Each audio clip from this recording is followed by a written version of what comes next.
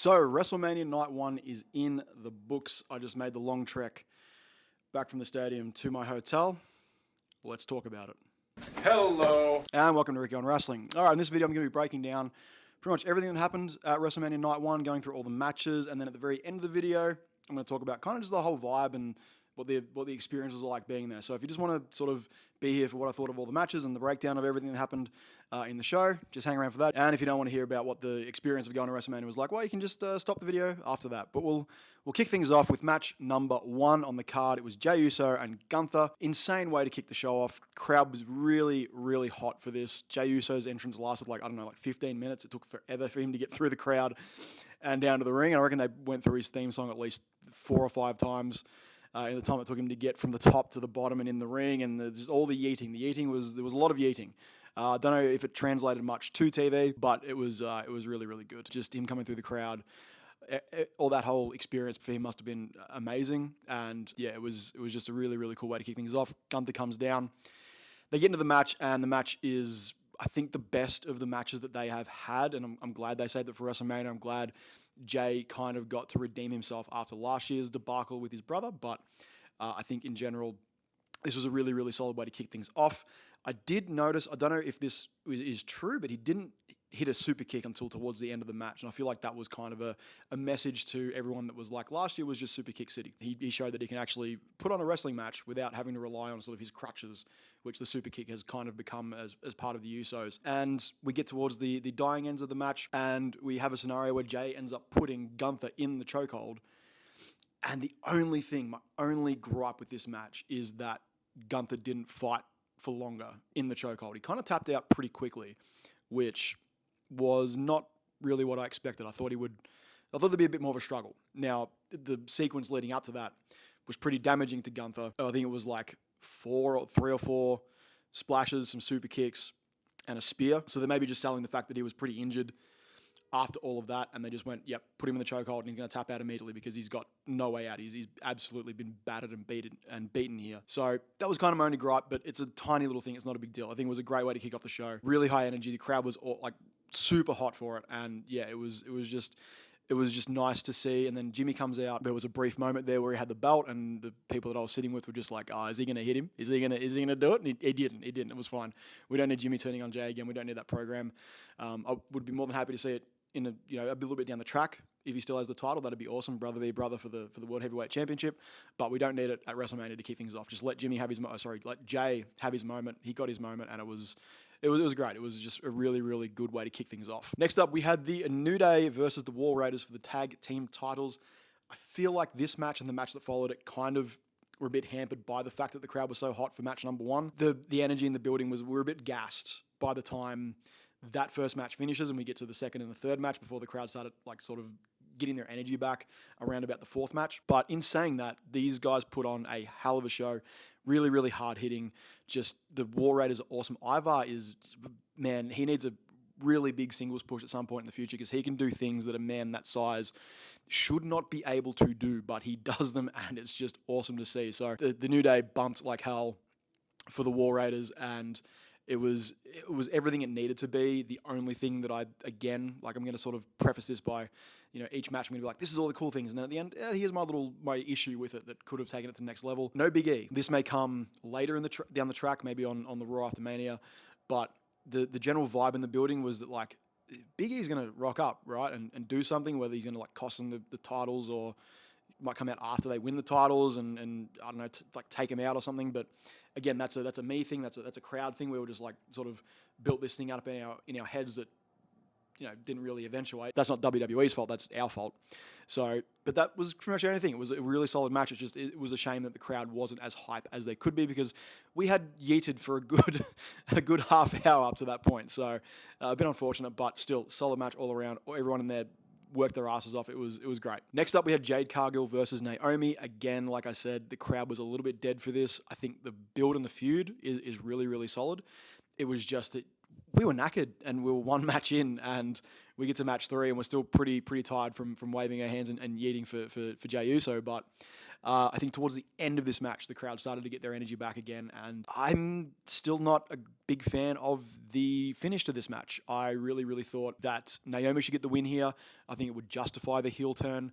I think Jade Cargill getting the win, it does enough for her where it's like, she's someone that has had to go away and be like, all right, I need to refine the way that I work and the things that I do in the ring. And it showed here that she's definitely made a bit of progress. There was a few botches here and there, but they didn't really detract from the match in any meaningful way. I just think that it hurts Naomi more to lose than it would for Jade to have lost in this scenario. That's just me. That's just my opinion. Yeah, I just feel like the result of this match isn't the way I would have gone. But in saying that, it was great to finally see Naomi's like full packaging as a heel. I believe she had like new music, new packaging, everything.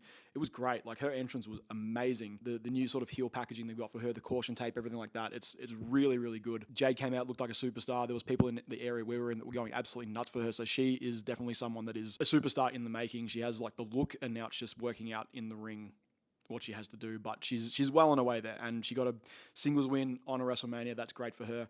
Like I said, I just would have gone the result the other way around, but apart from that, and apart from a couple of little like messy spots in the ring, it was a really, really good sort of feud match without any titles on the line. It justified its place on the WrestleMania card. All right, next up we had Jacob Fatu versus LA Knight for the United States title. I predicted this would be a squash. It was not. It was actually towards one of the longer matches on the card, actually. This was the match where the crowd sort of got their energy back again. Jacob Fatu will do that because he is fucking awesome. Crowd was insane for him. They just wanted to see him do crazy shit, and he did crazy shit. And also in saying that, I think this might be LA Knight's best in-ring performance that I can remember. I love LA Knight. I think he's a great promo. I just think his in-ring stuff is a bit cookie cutter, a bit bland. I don't know, his moveset just kind of feels a little bit basic based on all of his peers. But in this scenario, Jacob managed to drag him to a really, really solid match. Like, this was the first match of the night to get This Is Awesome chance. I'm surprised the first match didn't, but I think everyone was just yeeting and doing that and chanting Uso to instead of chanting This Is Awesome. But this match genuinely got This Is Awesome chance from the crowd. Again, don't know if it played on TV, but it was so good. And like, as we're getting sort of towards the end of the match, I'm just like, I'm glad this wasn't a squash. I'm glad this kept LA Knight competitive, but it didn't detract anything from the damage and brutality that is Jacob Fatu, because he just tore him to pieces towards the end of the match, and he got the win, and the crowd went nuts for him, and as they should. This dude he's a megastar. He's a megastar in the making. The stuff that he can do, the way that he moves in the ring, the way that he sells for his opponents, everything about him is just someone that just gets it. He gets the business like wholeheartedly, and yeah, he has all the potential in the world, and he showed that. This was his first WrestleMania, had a singles match for a title, and he delivered. Like, he looked a little bit nervous, I noticed, when during his entrance, just sort of staring into the camera before LA Knight came out, and you could kind of tell that like the moment might have been weighing on him a little bit, but the minute the bell rang, that all went away, and he just absolutely killed it. So I'm really happy for him. He got a title. I can't wait to see where he goes from here with that title. And next up, we had El Grande Americano versus Rey Fenix. Obviously, last night at SmackDown, Rey Mysterio got hurt and was not medically cleared to fight. And I sort of said in my little short yesterday that, yeah, Rey Fenix would be a great addition to that. It is kind of awesome that both of the Lucha brothers, Rey Fenix and Pentagon, are getting to be on WrestleMania cards in their first year in the company. So that is awesome. This match was really, really fun. This was just... It was everything it needed to be. The entrance for El Grande was incredible. I really, really enjoyed it. And whatever they did to sort of get Rey Fenix's entrance sort of programmed into that larger stage with all this pyro and everything played off really, really well. And then once we got to the match, it was just everything it needed to be. It was fun. It had a lot of really cool like lucha, chain wrestling and stuff like that. But then you could be like, all right, we're getting into is it Chad Gable? Who knows? And then you pull out a few Chad Gable moves and you're like, oh, is it Chad Gable? Who knows? At this point, we still don't know, but we will find out soon, I'm sure. But I'm glad they went with this result because it leaves that eventual, like I said in the short, the mask v mask match that I feel like is coming maybe in like a SummerSlam. It didn't waste that moment within the first like month of him being a character on TV. We're going to let that draw out, and hopefully if Rey isn't too hurt, we may get that mask v mask match at SummerSlam between Rey Mysterio and El Grande Americano. But a really, really solid match that just did everything it needed to do and didn't overstay its welcome. It was one of the shortest matches on the card. It was only 7 minutes and 55 seconds. And that was as much as it needed to be. And they went with the win here for El Grande, and that was the right choice. And Rey Fenix, who yesterday was not going to be on the WrestleMania card, got to be on the WrestleMania card. So that is a win for him as well. As much as it wasn't a win in the ring, it was a win for him as a character, because him getting to showcase what he does on that grand stage is going to go a long way in getting him over with the crowd, which he already is, but this just helps. Alrighty, our penultimate match was Tiffany Stratton versus Charlotte Flair for the WWE Women's Championship. This was, I don't like to say this, but this is probably the match that didn't really inspire me that much of all the matches on the card. And I was saying to one of my friends that I was with at the show, I'm like, they both wrestle a kind of similar style, where they're not wrestlers that will go sort of move to move to move to move really, really quickly. They're both sort of your methodical, plodding wrestlers with little bursts of moves back to back. And two wrestlers doing that, the styles don't really mesh as well as someone like in the opening match. You had Jey Uso and Gunther, and Jey Uso is someone who likes to chain moves together and move quickly, and Gunther's someone that likes to slow down the pace of the match and work really methodically. And you can tell, because of those contrasting styles, who is in control of the match. In this case, it was really, really hard to tell who is on top right now, who's sort of in control of the match, because they kind of have very similar styles. Now, obviously, they both sort of have those sort of couple of high-flying moves in their arsenal, both do a really, really clean moonsault. But in between that, it didn't really click for me as much as I would have liked. And we were saying, as they came out, because their entrances were great, like they just came out and this felt like a really big main event. As much as the build had been kind of shit, they had managed to turn it around, and the promo package was really good, the entrances were really good, and like it had that big fight feel once the bell rang. But after the bell rang, it just didn't sort of come together as much as I would have liked, which still a good match, not a terrible match by any stretch of the imagination. The people I was with, we were looking at each other and being like, this could be match of the night. Like, this could be something that they put together that absolutely tears the house down. Now, it did have moments where it was awesome, but it was in between those moments where I'm just like, this is starting to drag a little bit here and there. And it clocked in at 19 minutes.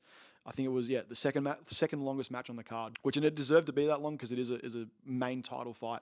It didn't work for me. It might have worked for other people. That's fine. I think the other thing is, because we were so like in the crowd, and I was trying my best to like watch the ring rather than watch the screen, because there's no point going to WrestleMania if you're just going to watch the screen. Watch the ring, goddammit. And we had a really good view of the ring. The only problem being that they are both blonde women of roughly the same height and kind of wore similar gear. So there were definitely times where if I wasn't watching the screen and I was watching the ring, couldn't really tell who was in control or who was doing what moves, which might be the reason why I feel the way I do. I'm sure on TV it translated much better. But just for myself, I was just kind of like, who's doing that? Like, what's going on down there? Like the initial brawl at the start where they were just like hitting each other, and it's just like this huge mess of blonde hair covering both of their heads. It's kind of like, who's doing that? Like, who's punching right now? Who's taking the punches? It was definitely hard to tell. But that's just a little gripe from me. Again, being in the crowd, it's a bit of a different experience to watching things on TV. But yeah, I've just got to say, it was like there has to be a match on the card that is the least, or the one that appealed to me the least. And unfortunately, it was this one. Like I said, if you feel differently, that's great. If you love the match, that's awesome. If you didn't like it, that's also fine. And now we come to the main event of the evening. Seth Rollins, Roman Reigns, and CM Punk in a triple threat match. Pole on a pole, as we'll call it. It was as much as Seth Rollins was like, this is a match for the heart and the soul of pro wrestling. It kind of became a match for who gets to take Paul home. And turns out it's Seth Rollins, which, damn. This felt like a massive main event, and it was. Without any titles on the line, I think someone was saying this is the first triple threat match to main event a WrestleMania without a title. We've obviously had singles matches that main event WrestleMania without a title on the line, obviously Rock Cena, once in a lifetime, of course. But this felt massive. Like, without any titles on the line, the build for this, the video package they did for it as well, it felt huge.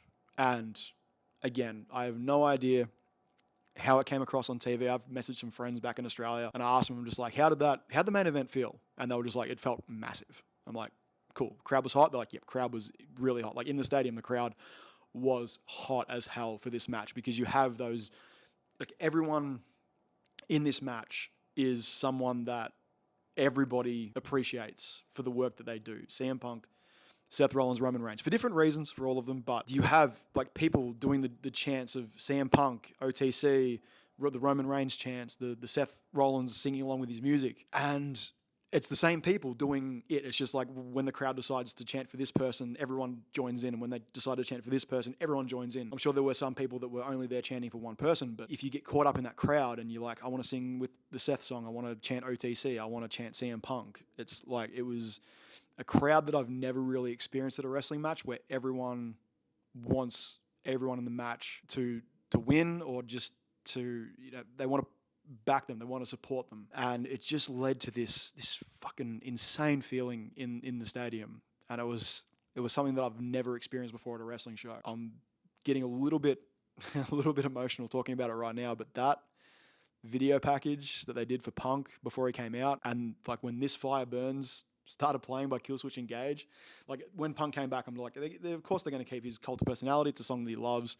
He's always wanted that as his entrance. He's always used that as his entrance. And obviously when he came to WWE, they were like, well, we can't get the rights to it. We want to give you this song. But that's how I was introduced to CM Punk, was with that This Fire Burns song by Killswitch Engage, who are one of my favorite bands of all time. And when they played that behind the promo, it got me. It 100% got me. In the moment, it took me completely by surprise, and I was just like, oh, this is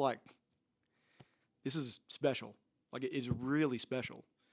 And I'm just glad he got his moment. Like, I said to my mate, he's like, you all right? I'm like, yeah, I'm fine. Like, I'm just a bit caught up. Like, CM Punk is my favorite wrestler of all time. I'm wearing a CM Punk shirt right now, and I just never thought in a million years I would get to see him at WrestleMania in the main event. Like, it's just, after he left and went off and did his own thing for a few years, and even when he went to AEW, it's like, I don't know if it's ever going to happen. I don't know if I'm ever going to see my favorite wrestler at the biggest show of the year in the main event. And I got to. And it was pretty special. It was a really special moment for me, and I know, obviously, for him, way more special. So, yeah, that's even before the match started. Like, that was just in the build up and the promo and everything.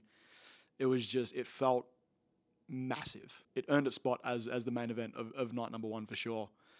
And then we get to the match, and then the bell rings, and then the actual match happens, and it was a bit of a greatest hits. I'm not gonna lie. It was everyone sort of hitting their stuff and working together really, really well to sort of tell this really cool story of, like, Seth is trying to take down Punk because he thinks he's a cancer on pro wrestling, and he's trying to take down Roman because he's someone that, sort of overtook him at the end of the Shield, and he was the prodigal son, and Seth had to fight for everything, and he thinks that Roman was handed everything. Roman hates Seth because he broke up the Shield, and he hates Punk because he took Paul from him for this one night, and Punk is just like, I just want my Mania moment. I just want my goddamn Mania moment. It was a really, really well-crafted match. And then, we get towards the business end, and after everything that sort of happened in the lead up, it's like, all right, when do we get to the Paul stuff? And we get to the Paul stuff, and I think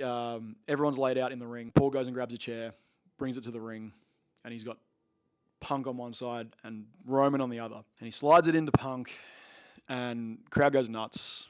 And he gets in the ring, and he hits him with the low blow, and the crowd went nuts again. And then he goes and hands the chair to Roman, and then he low blows Roman and aligns with Seth Rollins, and Seth gets the win. And now, I think I said in my prediction video that I think Seth should win.